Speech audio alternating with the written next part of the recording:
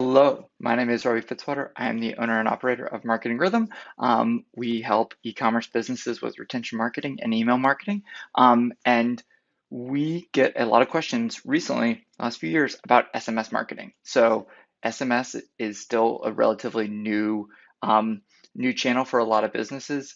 Understanding how it works, how it fits into your marketing mix, and understanding how this complements and supplements the marketing you're already doing. We wanted to unpack that for you so we can help you understand SMS marketing and leverage it for your e-commerce business. So, what is SMS marketing? Short messaging service, or SMS, is basically marketing that is in the form of text-based communications. So very similar to the text messages you're sending on your phone to your friends. It's just a little bit different way of using that channel and normalizing that channel of communication the same way that we did with email when email was specifically a personal thing. SMS is becoming a little bit more of a brand communication channel right now too, because people are becoming a little bit more consistent and easy with it. So it opens the door for a lot of cool things and cool opportunities. How do you start to grow and build your SMS marketing list? First off, I'm always a big proponent of know your audience. Before even like the nuts and bolts, know your audience, be strategic and be thoughtful. Some groups are more open to SMS than others. If my like target audience is like a 20-year-old young person, they may react completely different than a less technically savvy, a little bit older audience. So understanding your audience out of the gate is really important to understand, hey, is this going to be an effective channel for me? And how do I want to start growing this? So knowing your audience out of the gate. The first way that businesses are typically starting to do this is understanding the channel and understanding what you need to do. So out of the gate, understand what does compliance on this channel look like? How do you add it to your privacy policy? All those nuts and bolts things. And most SMS service providers are pretty simple and pretty easy to make this work for you. So like getting those nuts and bolts out of the way early. Again, getting your actual phone number, those are all important components to doing this.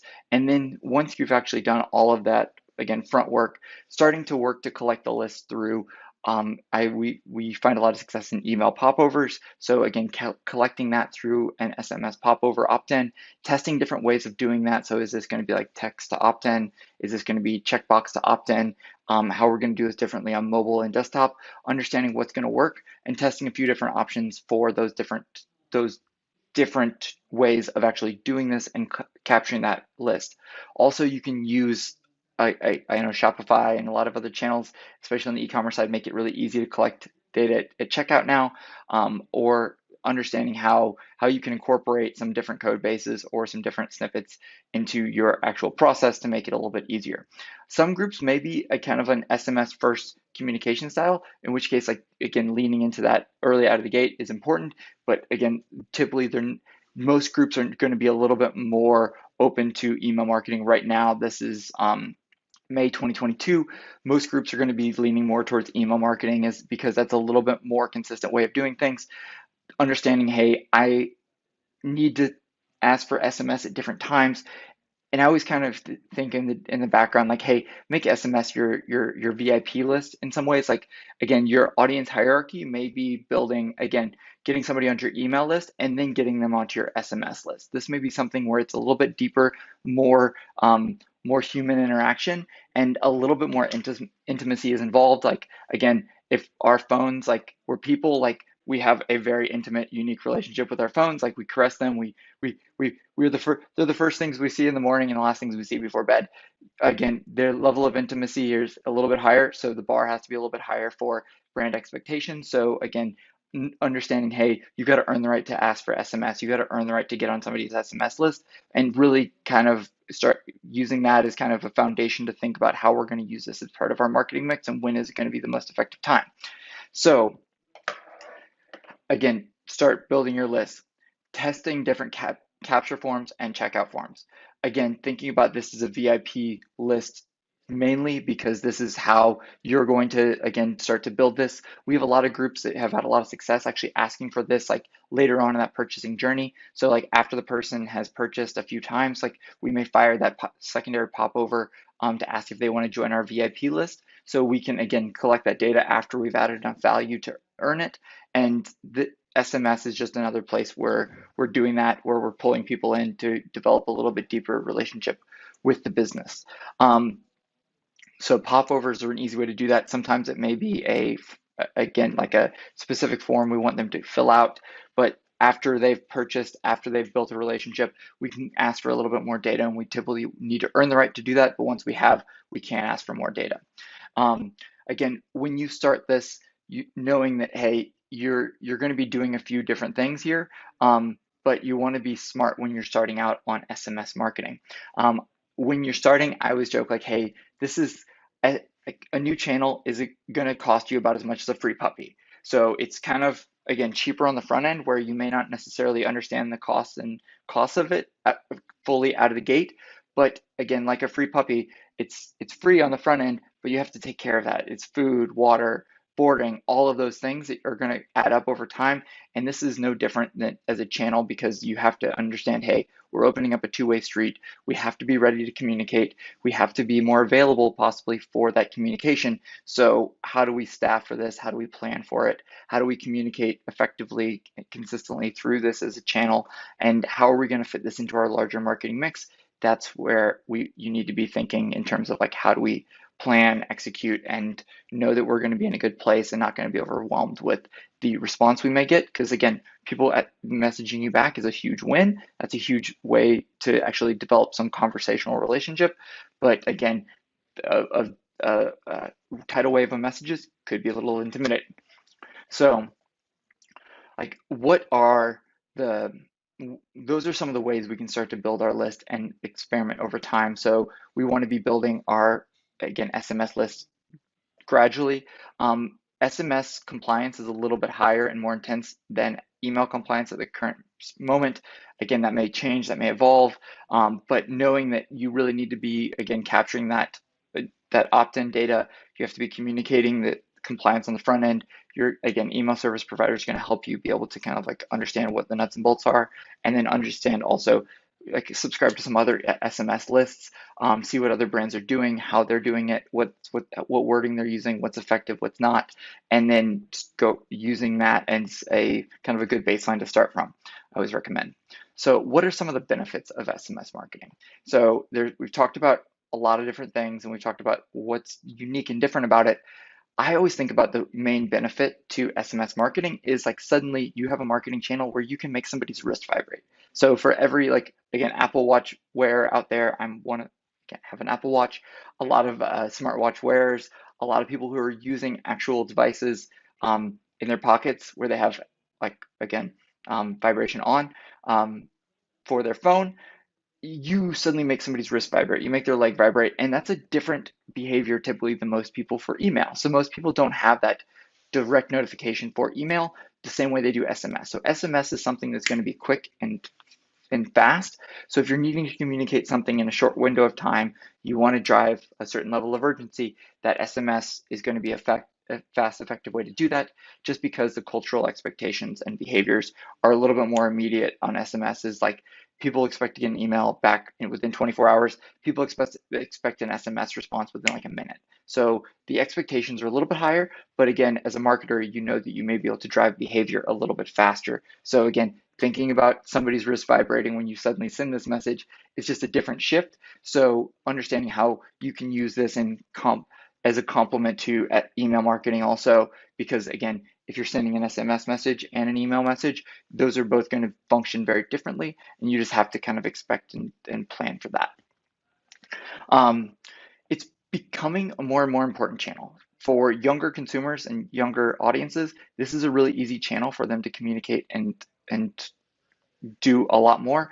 Some people spend less and less time with email. If their organization or their business uses Slack, people may be spending less and less time in email. People typically, when they're working, when they're doing different things, they may be, again, having their messages open on their computer. That's another way that people may be communicating consistently.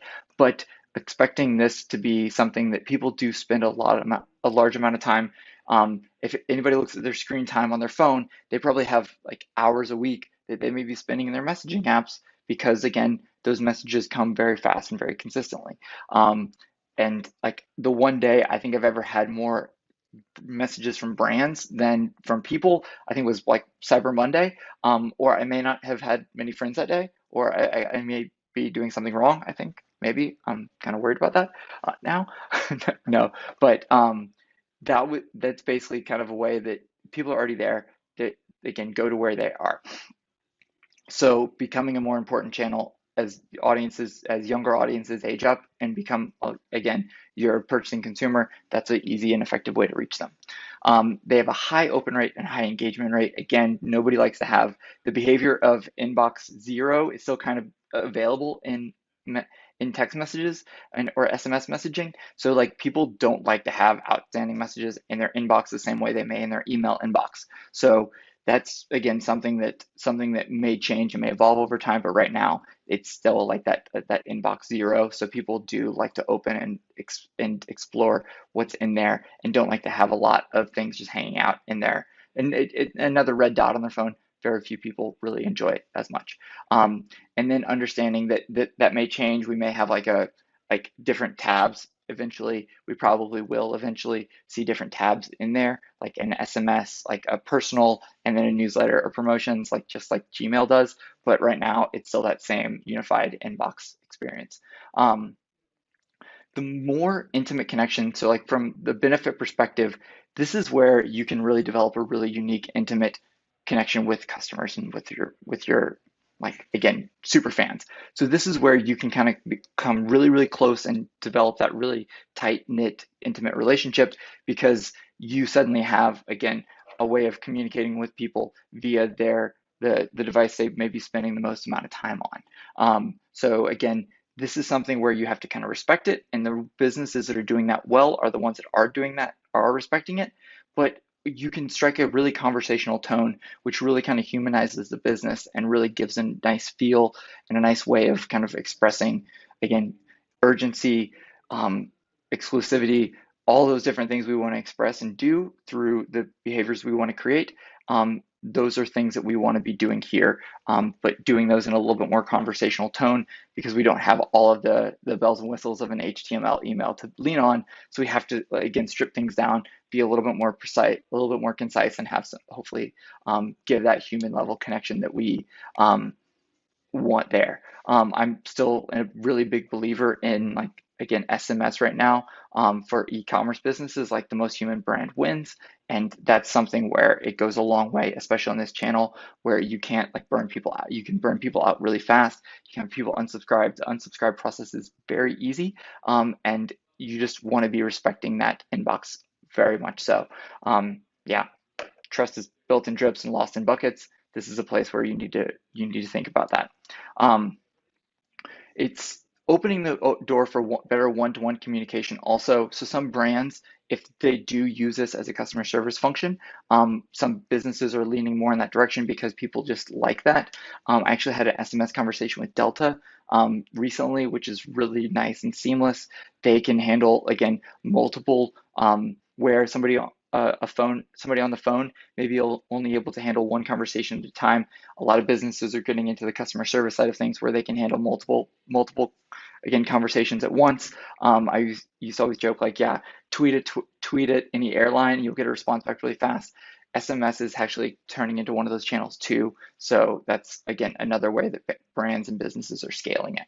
So if I were a business wanting to get into SMS, what should I be doing? What should I be thinking about? And how should I be doing this? So like again, how to start using this. So typically when we are working with a client on SMS, we want to look at this and how this fits into their current marketing ecosystem, where this fits into their communication. What is their communication style? Are they very formal, a little bit more irreverent? What is that kind of high level view of what we want to do? And what is our goals? So if our goal is to drive revenue or drive, again, behavior, that's what we're going to be shooting for. And that's kind of how we want to be basing these goals here. Typically, if you're an e-commerce business, revenue is something you should be paying attention to. So revenue is something you're going to be keeping a close eye on. And for SMS, thinking about SMS as a great channel for retention and driving loyalty and driving, again, consistent behavior from your audience. Also, it's also going to fit into a few different buckets. So we talked about acquisition already. So like building that audience, maybe collecting more data, maybe collecting it after that first time, after that second time or third time purchasing, to ask if like they want to be part of a VIP list. But collecting that is going to be different for different brands. You may collect it as like a way of getting into your loyalty program. There could be a few different ways you're going to be approaching that, but that collection side and that data, again, enhancement side is really helpful. Also, if you're using a unified SMS service provider, again, we use like most of our clients are on Klaviyo as an email service provider. The advantage to using the same email and SMS, again, like function, is you have like centralized point of truth. You have a little bit more clean attribution between the systems, so you don't have like different apps trying to take, again, credit for other, like what another app did. And you have a little bit more clean use of data, so you can use different data, those data points that you've been collecting through your email service in in a forward-facing way through SMS, which gives it a lot of cool possibilities because you can customize and communicate those really, like you can connect the content with the context for that person's in that person's time. So thinking about SMS and bringing it to life, um, I like to start with automations. Automations are a really fast and effective way to do this and to use this as a channel to experiment. So because again, sending campaigns, everybody wants to do that out of the gate. Sending and experimenting through your automations first, I think, is typically a smart way to do this because you can get again, kind of a level set for your audience, how again, comfortable they are with it. Where you want to fit that into your automations, you may be putting that into your welcome sequence. You may be putting that into your abandoned cart. You may be putting it into your browse abandonment.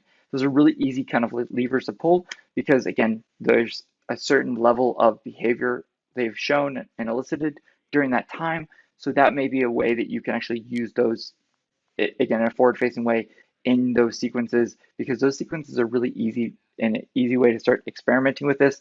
Like let's do let's do let's get our yellow belt, let's get our green belt before we're trying to do trying to be too gangster and do like red belt or black belt stuff. So again, starting small, automations are a really easy way to do that. And you maybe just one SMS message, like, hey, they may send an SMS message an hour after on a browse abandoned. They may send it again after the seventh day of a welcome sequence, or like the third day of a abandoned cart. All of those are just different levers you can pull to communicate with that person and giving that messaging sequence a little bit of, again, giving giving you a few different channels to levers to pull during the messaging sequence makes for a little bit more holistic view and a little bit different way of ideally driving the behavior you want to see. But also when you're testing those through automations, you're going to understand what's working, what's not, and you're just going to be able to start to try it. So that first experimentation is super helpful, and ideally you should be learning something every time you're building one of these. So keeping an eye on those closely and understanding how to, again, do this effectively. Like I mentioned earlier, a fun way to do this is also subscribe to a few other brands, like brands that are not in your industry, brands that are doing different things in different verticals are super helpful to subscribe to because you can see who's doing it well, what they're doing well, and borrow from it as a level set. I'm always like, hey, look at the women's cosmetic industry. They're doing really effective and cool things right now. So piggyback off of that. From the campaign standpoint, this is where you can start to kind of expand what you're doing for SMS through campaigns. Again, understanding you don't want to be sending too much of this. It's really easy to burn people out. People have a really intimate relationship with their phone differently than the way they do their email inbox. So again, like out of the gate, one time a week is probably a good baseline to hit. Two more than that is going to be a little bit intrusive. So I wouldn't, again, venture past that. If you're having a sale event or large promotion, that may be what you're doing this around. The behavior around this still hasn't like fully solidified, or people haven't had like a fully baked version of like what success looks like or what this is going to look like in the long term. But early on, again, thinking about this as a place where sending campaigns once a week is okay, but not getting too heavy handed with it because, again, you don't want to burn out your list. So early access, exclusivity, major announcements, product releases, all of those things are great. Is it SMS channel, sale, promotions, all of those. Once you've kind of gotten a certain level of comfort doing those things, you may be able to start to expand, but keep it lighter on that side. thinking about where this can fit into automations too consistently, because again, you have those first 3 automations you may be adding it to, but you can always expand, always grow. And like we like to do some fun things with SMS because it's once again somebody's deeper enough into our customer journey, we can do a little bit more. Transactional emails are also, transactional SMS messages are also really helpful. Some people may prefer this, like some people opt into this from Shopify side. It's just an easy way, like, hey, again, product is shipped, your order is confirmed. All of those things are like, again, easy ways to use this. So that may be again, an effective tool to work on. Again, when you're getting started with SMS marketing for e-commerce, be ready to engage. The engagement side of things, again, like it's like a free puppy. You want to be on the other side ready to communicate because that communication is going to happen sooner or later. So being there and being present is super helpful. And this also opens the door for a lot of cool opportunities because it's just a unique experience you can offer that you weren't able to offer in the past. So think of it like a two-way street. Again, open that door, be ready to communicate.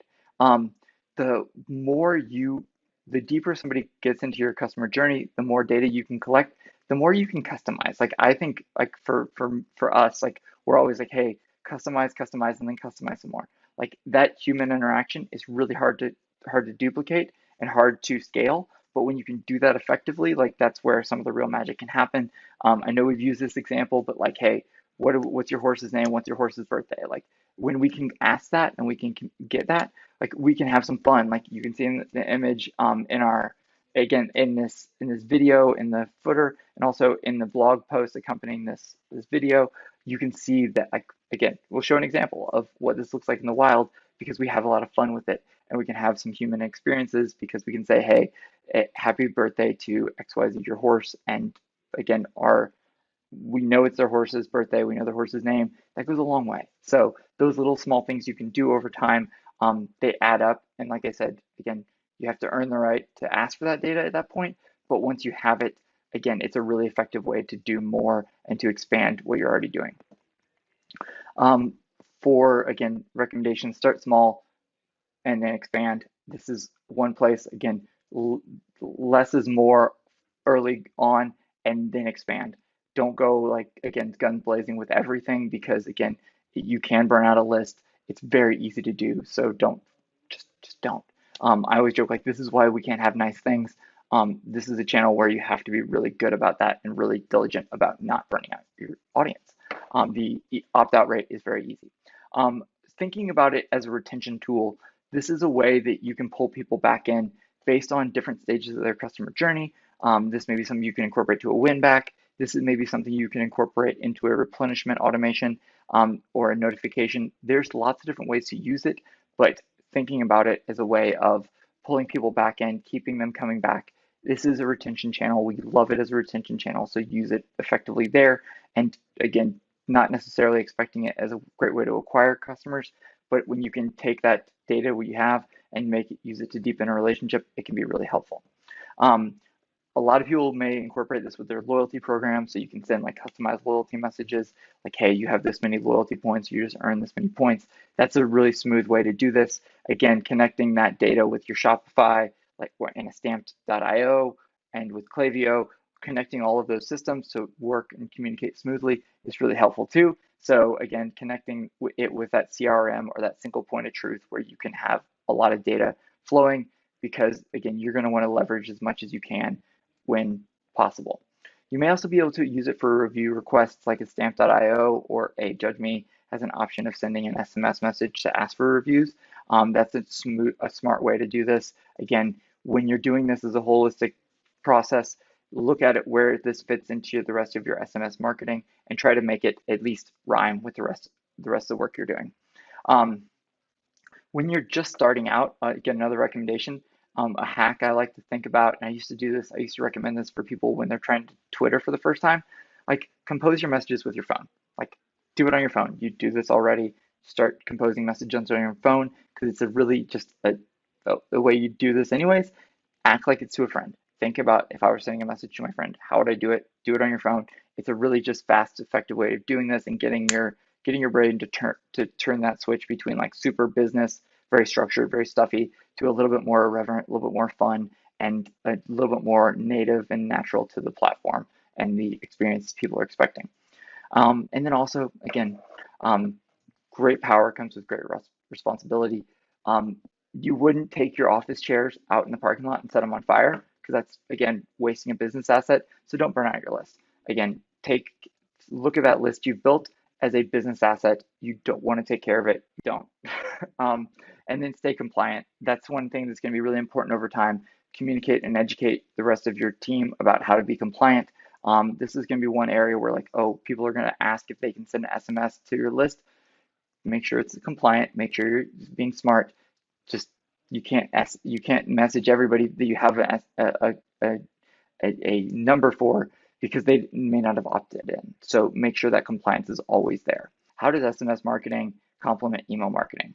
And again, rethink about these things in the same vein. This is a great way of creating another channel that complements email marketing and that one-to-one communication you're already doing. So this should be thought of in the same way, just in a little bit different lens. I like to think about SMS and email as playing ping pong. Like, those back and forth communications are a really effective way of doing this well, or just like thinking about this as, like, I think we have a GIF in here, of a GIF in our blog post of like soccer players kicking the ball and passing it to each other. So again, you want to be using it as a way of your SMS list and your email list collaborating and thinking about those two kind of working together to achieve a goal. Because again, you want to be understanding that customer journey, reverse engineering the behavior you want to see.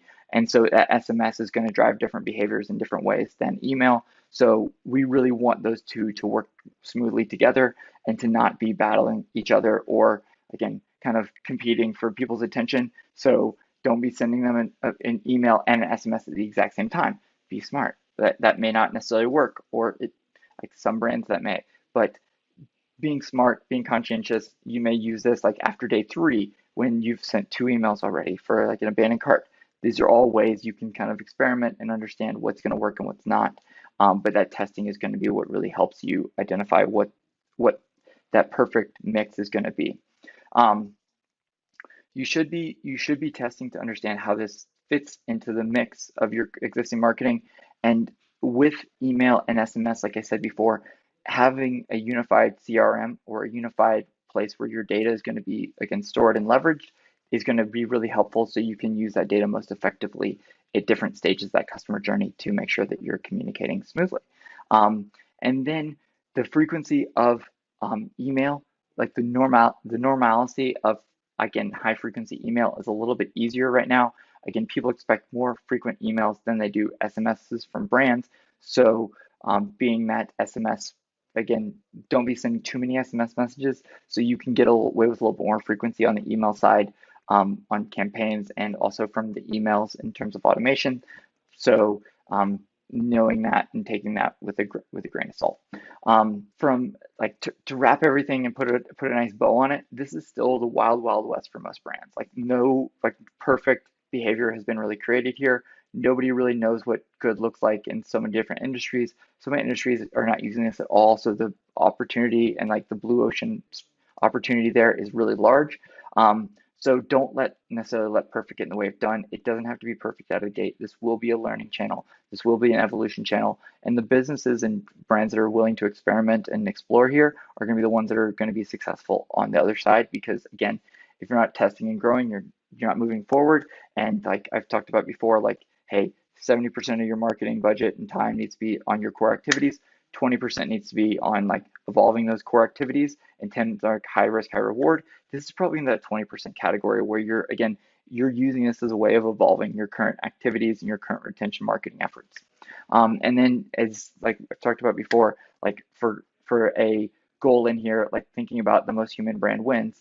And when I say the most human brand, like this is the way that this is going to work for businesses. Like, the more authentic, the more human I can be, the more tighter relationship I build, the better this is actually going to work for my business. So again, all of that being said, SMS marketing, kind of the wild west, can be a fun place to spend time. And for e-commerce businesses, it's a really unique opportunity. So hopefully, if you guys have any more questions, let us know. Again, hopefully this is not too long-winded.